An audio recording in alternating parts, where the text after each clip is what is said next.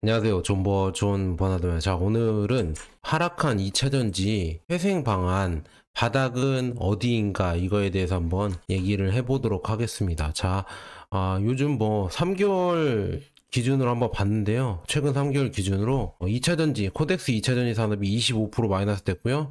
타이거 2차전지 테마 24% 마이너스 됐습니다. 그래서 희비가 갈리는 한중 2차전지 ETF. 그래서 코덱스 차이나 2차전지 MSCI가 수익률이 30.67% 올랐고요. 타이거 차이나 전기차 솔렉티브가 38.81% 올랐습니다. 주요 종목으로는 링더스다이 CATL이 41.55% 올랐고요. 비아디가 9.41% 올랐고 LG엔솔은 이거 보자면 마이너스 9.15% 마이너스 됐고, 그 다음에 삼성 SDI는 마이너스 34%가 됐습니다. 야, 이거 보면서 K배터리가, 우리나라 한국 배터리가 눈물을 흘리고 있습니다. 참, 이거 한번 보도록 하겠습니다. 자, 1년 수익률도 보면은, 차이나 전기차는 25%, 25.95% 플러스 됐습니다. 올해 수익률이 25% 이렇게 늘어났다고 보면 돼요. 근데 코덱스 2차전지 산업은 마이너스 44%. 이 차이만 봐도 이제는 거의 뭐 70% 가까이 차이가 났다. 70% 가까이 수익률이 차이가 났다. 만약에 올해 연초에 차이나 전기차를 넣으셨으면 25%, 26% 가까이 수익이 나셨고, 코덱스 2차전지 산업에 투자를 했다고 하면은 마이너스 44% 손해가 됐다, 이렇게 나오고 있네요. 그래서 이거 보면서 야, 진짜 이게 완전 희비가 갈렸구나. 올해 이제는 방향이 결정된 거 아닌가.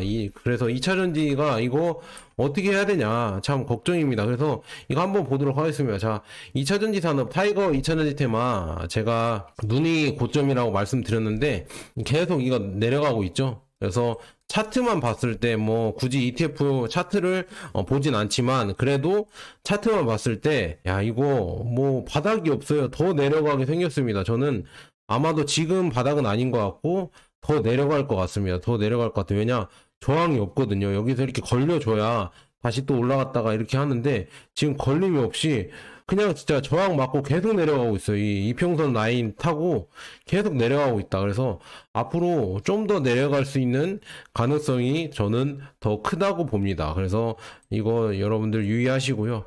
이것만 보는 게 아니라 뭐 2차전지 관련 주식들이 다 지금 좋지 않죠? 에코프로 보세요. 에코프로 내려온 거 보세요. 에코프로브엠 내려온 거 보세요. 야, 대박이죠? 삼성 SDI도 이렇게 내려왔고, 포스코 퓨처엠, 이렇게 포스코 퓨처엠도 이렇게 내려왔고. 그래서 LG 에너지 솔루션 실적을 봤는데요. 최근 연간 실적을 보니까 이제는 매출액도 떨어지게 생겼습니다. 이 매출액이 줄어들고 영업이익도 갑자기 급감을 하죠. 그리고 당기순이익도 급감을 하면서 ROE도 뭐 마이너스 1로 가고 있고, 영업이익률이 이제는 2%밖에 안 나오고 있습니다. 참, 이거 보면서 야, 큰일 났구나. 2차전지 에코프로 한번 볼게요. 에코프로도 지금 보면은 지금 이렇게 쭉 매출액은 늘어났는데요.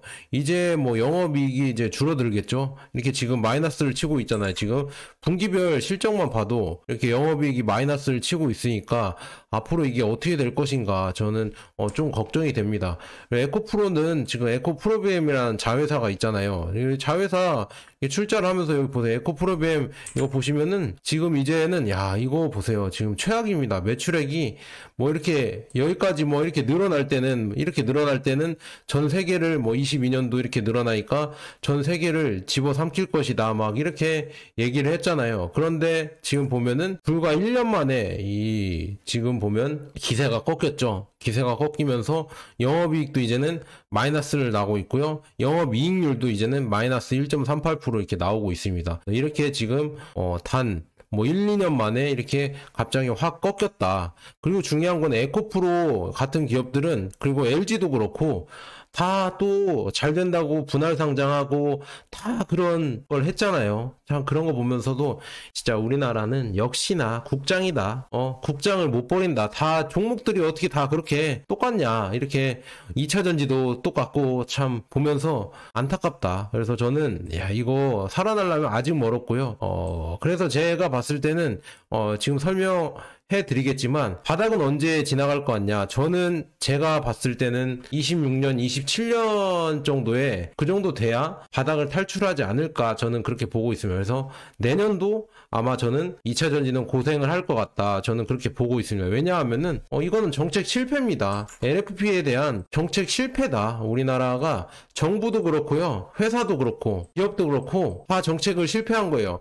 LFP에 대해서 이거는 뭐 오래 못 갈 것이다. 품질도 안 좋고 오래 못 갈 것이고 몇 년 내, 뭐 5년 내로 쓰다가 버릴 것이다. 이렇게 예상하고 LFP에 대한 개발을 안 했었죠. LFP에 대한 개발을 안 하고 오히려 뭐 또 막 배터리쟁이들이 2차전지 투자한다고 중국보다 훨씬 좋다. 3원계 중국보다 성능이 좋다. 9반반 나오고 811 나온다. 막 이렇게 하면서 3원계가 성능이 엄청 월등히 뛰어나다. 3원계가 중국보다 훨씬 뛰어나니까 전 세계를 집어삼킬 것이다. 이렇게 얘기를 했는데 결론은 LFP가 대세가 되면서 9반반이든 811이든 3원계 K 배터리가 지금 몰락을 하고 있죠. 그러니까 이게 LFP에 대한 정책 실패라는 얘기죠. 그 많던 우리나라 배터리 3사들도 있고 그렇게 배터리 기업들이 많았는데 왜 시장 변화에 예측을 못하고 3원계 NCM 배터리로만 몰빵을 했는지 참 이런 거 보면서 미래에 대한 이런 준비를 너무 안일하게 한 거 아닌가 저는 그렇게 보고요. 그래서 지금 시장 돌아가는 게 보세요. 지금 테슬라도 대중화를 위해서 작년부터 재작년부터 LFP를 적극적으로 모델 Y랑 모델 3에 도입을 하면서 대중화를 이끌면서 전기차 가격을 싸게 유지하고 있죠. 근데 이거는 테슬라만 그런 게 아니라 이제는 BMW, 아우디, 벤츠도 이제는 LFP를 늘리겠다. LFP를 늘려서 저가형 이런 전기차를 만들겠다. 이런 흐름이 계속 퍼지고 있고 중국 자체에서도 값싼 중저가 차량은 2천만원대 차량, 3천만원대 차량은 LFP가 들어가고 그 다음에 하이브리드나 주행 연장형 EREV라고 하죠.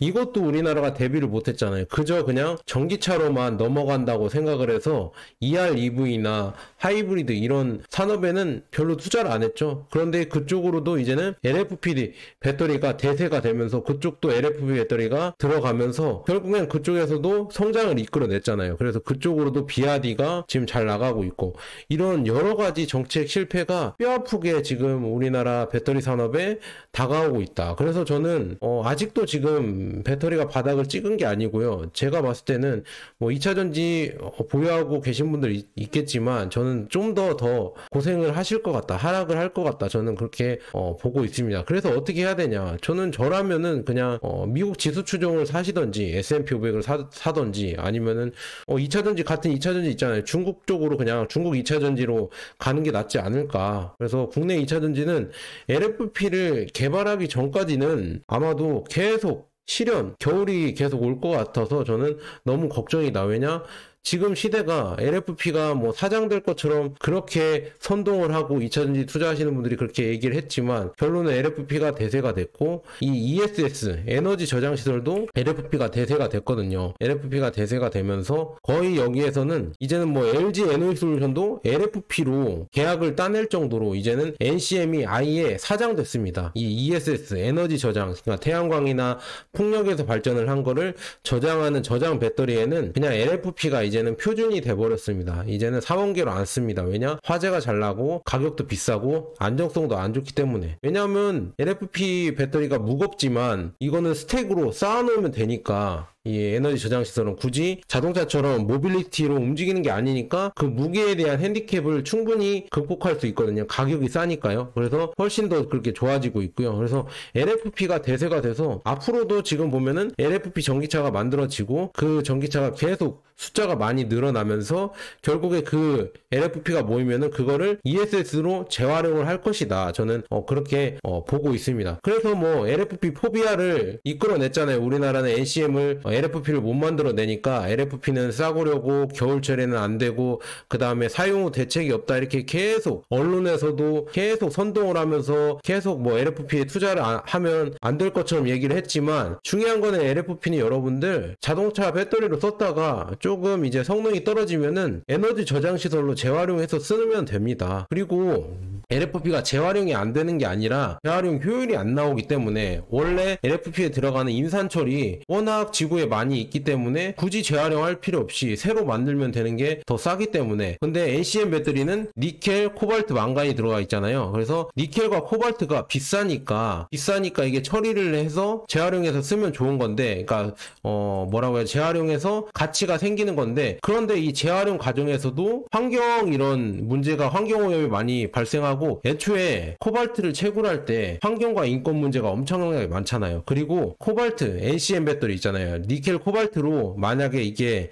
3원기 배터리로 대세가 돼서 이 배터리 시장이 갔다고 하면은요, 코발트 수급이 안 될 겁니다. 코발트가 진짜 콩고에 거의 뭐 독점하다시피 있고, 그 다음에 몇몇 나라에 코발트가 진짜 희귀한 자원이거든요. 금속이거든요. 그런데 만약에 전체 이런 자동차를 NCM으로 바꾼다고 하면 이 코발트 부족으로 코발트가 또 가격이 급등을 할 겁니다. 그러니까 이 코발트와 니켈의 수급이 잘 안 되는데, 차라리 인산철로 하는 게 옳은 선택이었습니다. 전기차 이런 대중화를 시키기 위해서는 인산철이 옳은 선택이었고, 그런 거를 대비 못한 우리나라가 진짜 많이 피해를 보고 있다. 그래서 저는 아직도 저점이 아니다. 그래서 회생 방안을 지금 얘기를 해드리지만 저점이 아직도 안 왔다. 그래서 뭐 물타기 하실 분들은 저는 아니라고 봅니다. 저는 물타기는 아닌 것 같고요. 어떻게 이거를 좀 회복해서 탈출해 볼까, 이거를 생각해 보셨으면 좋겠습니다. 저는 앞으로 미래도 그렇게 밝지가 않아요. 내년만 해도 당연히 LFP가 나오지가 않는데, 지금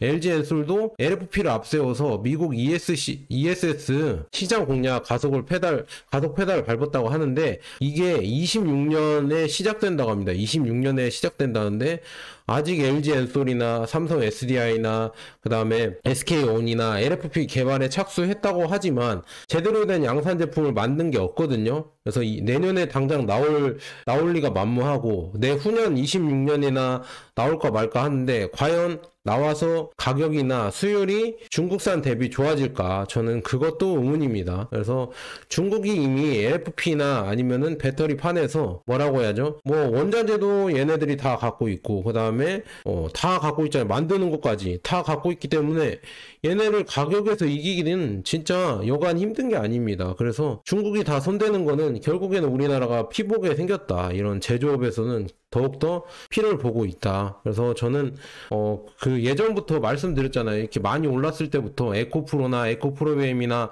아니면 그냥 2차전지 테마나 제가 많이 올랐다, 고점이다, 조심하라 말씀드렸는데, 그걸 여러분들이 다 제대로 듣지 않으시고 여러분들 생각대로 욕심대로만 했는데 이게 다 물렸잖아요. 그래서 이제 와서는 이제 댓글 다는 사람도 없더라고요. 예전에 여기 막 이렇게 올라갈 때는 차이나 전기차 팔고 뭐 차이나 2차전지 팔고 국내 2차전지로 갈아타라 이렇게 우쭐대는 사람들 많았는데요. 싹 조용해졌습니다. 진짜 돈 벌었다는 사람도 안 보이고 싹 조용해졌어요. 개미들이 다 여기에 물려 있겠죠. 여기에 다 물려 있겠죠. 그래서 회생이 안 된다. 이 개미들 어떻게 할 것입니까? 이게 물린 돈 어떻게 해요? 진짜 이제 안 오를 것 같은데, 이제 한탕 해먹고 끝났어요. 이제는 한탕 해먹고 끝났다. 그래서 여러분들이 뭐 계속 이 반등을 기다리실 것인가, 아니면은 빨리 잘라내고 다시 갈 수 있는 뭐 S&P 500이나 나스닥 100 있잖아요. 차라리 그냥 마음 편하게 미국 지수 추종으로 갈아타셔서 꾸준히 갈 것인가, 아니면은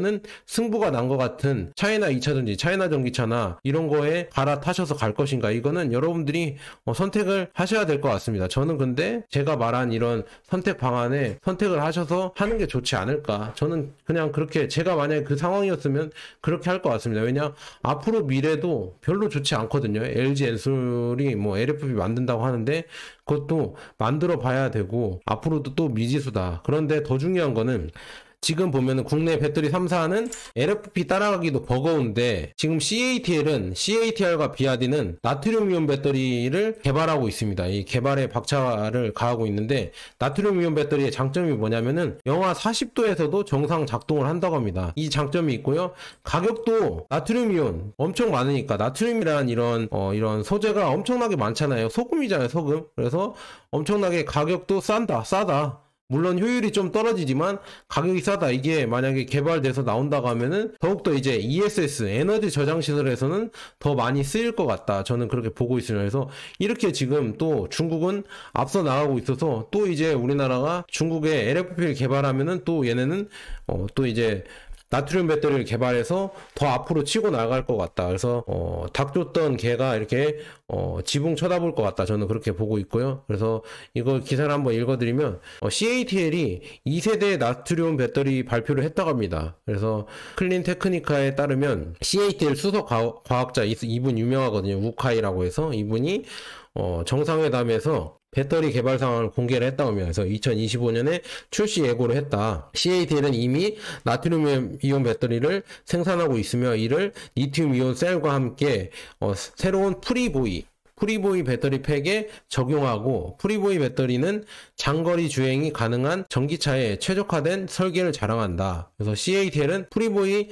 배터리가 400km 이상의 주행거리와 4C 초고속 충전, 그러니까 1시간에 4번 완충이 되는 거예요. 이 속도를 가진 이런 세계 최초의 하이브리드 배터리라고 강조했다. 야, 또 하이브리드라고 이렇게 나와 있고요. 그 다음에 섭씨 영하 40도에서도 작동이 가능한 나트륨 배터리. 그래서 전기차 사용자들이 배터리 성능 저하를 우려하는 대표적인 이유 중 하나가 이 겨울철에 이 배터리 성능이 떨어지는 걸 얘기하죠. 그런데 CATL의 2세대 나트륨 배터리는 영하 40도에서도 정상적으로 방전이 가능하다고 주장을 했다고 합니다. 또한 이 배터리는 높은 안정성과 낮은 온도 저항성을 유지하면서도 에너지 밀도에서 진전을 이루고 있다고 설명을 했다. 나트륨 배터리는 일반적으로 리튬 배터리에 비해 화재 발생률이 훨씬 낮다는 점도 강점으로 꼽힌다. 이런 걸 한번 보시면 될 것 같고요. 나트륨 배터리의 가장 큰 기술적 과제는 에너지 밀도였다. 에너지 밀도라고 합니다. 그래서 초기 나트륨 배터리는 킬로당 100와트 이 정도의 와트시 기준 수준을 넘기기가 어려웠지만 지금 쭉 보면 CATL의 2세대 배터리가 킬로당 200을 돌파할 것으로 예상을 기대하고 있다. 이렇게 나와 있네요. 그래서 이렇게 지금 1세대에 대비해서 2배에 달하는 개선이지만 현존 최고 성능인 리튬이온 배터리 300에 미치지 못한다. 그럼에도 불구하고 에너지 밀도 향상은 나트륨 배터리의 상용화 가능성을 크게 높인 진전으로 평가된다. 이렇게 나와 있습니다. 나트륨 배터리가 이제 나올 것 같다. 이런 얘기가 나오고 있고요. 그래서 중국 내 보도에 따르면 CATL의 2세대 나트륨 배터리는 인산철 배터리가 사용되는 소형 차량 또는 단거리 차량의 20에서 30%를 대체할 것으로 예상된다고 합니다. 그래서 특히 안정성과 경제성이 뛰어난 나트륨 배터리는 여기 밑줄 그었죠. 중국의 전기 스쿠터 제조사 아이다랑 그 다음에 야데아 여기에 이미 활용되고 있다. 그래서 아이다는 대중적이고 실용적인 제품군, 야데아는 프리미엄 제품과 글로벌 시장 진출에 강점을 둔 점에서 차별화된다. 이렇게 나와 있네요. 그래서 한편 CATL은 21년 1세대 나트륨 배터리를 시연하며 에너지 밀도, 충전 속도, 저온 성능, 열 안정성 측면에서 높은 평가를 받은 바 있다. 그러나 실제로 얼마나 많은 제품이 상용화되었는지는 불분명하다. 나트륨 배터리가 리튬 배터리와의 경쟁에서 어떤 위치를 차지할지 귀추가 주목된다. 이렇게 나와 있네요. 그래서 이런 식으로 중국은 빠르게 나가고 있습니다. 그래서 요약을 한번 해드리자면 지금의 우리나라의 2차전지 정책, 지금 2차전지의 하락은 뼈아픈 정부와 이런 회사, 기업 간의 정책 실패였다. 그래서 이거를 빠르게 바꾸고 우리나라가 LFP를 빨리 개발을 한다고 하면은, 특히나 LG엔솔이 빠르게 LFP를 개발을 한다고 하면은 그나마 내후년에는 다시 또 상승의 기회가 올 수도 있겠구나. 하지만 내후년에 가면은 우리나라 전기차 회사가 아마 휘청휘청 할 수도 있을 거라고 저는 조심스럽게 예측을 합니다. 지금 보면은 우리나라 회사는 뭐 괜찮은 것 같지만 일본이나 독일 레거시 업체들이 휘청휘청 하잖아요. 중국 전기차 지금 계속 커짐에 따라 이 점유율을 뺏기니까 휘청휘청 하잖아요. 그래서 아마 2년 뒤에는 국내 전기차 회사가, 국내 자동차 회사가 아마 휘청휘청 하는 날이 올 수도 있겠구나. 이렇게 보겠습니다. 어떤 분은 2차 전지가 뜨고 테슬라랑 차이나 전기차가 망할 거라고 이렇게 얘기를 했는데 그 결과가 반대로 됐죠. 참 이런 거 보면서 좀 안타깝다. 그래서 여러분들도 제가 아까 말씀드렸잖아요. 기다리실 건지 아니면은 뭐 미국 지수 추종으로 갈아타시거나 아니면 차이나 전기차 중국 2차전지로 갈아타실 건지 이거는 여러분들이 선택하시면 될 것 같습니다. 근데 저는 2차전지 테마가 그러니까 국내 2차전지가 아직도 바닥이 아니고 더 빠질 일이 남았다고 저는 보고 있고요. 내년도 더 힘들 것이라고 이렇게 예측을 하고 있습니다. 그래서 2차전지 관련해서 제가 많은 소식이 나오면은 가끔 해드릴 테니까 여러분들 좋아요랑 구독 한 번씩 눌러주시고요. 저는 진짜 최대한 객관적으로 판단해드리려고 이렇게 노력하고 있다. 그래서 제 예상이 다 맞았잖아요. 저는 객관적으로 보고 판단을 하면서 이런 거를 예측했기 때문에 제 모델이 맞았습니다. 자, 여기까지 존 버나드였습니다. 여러분 감사합니다.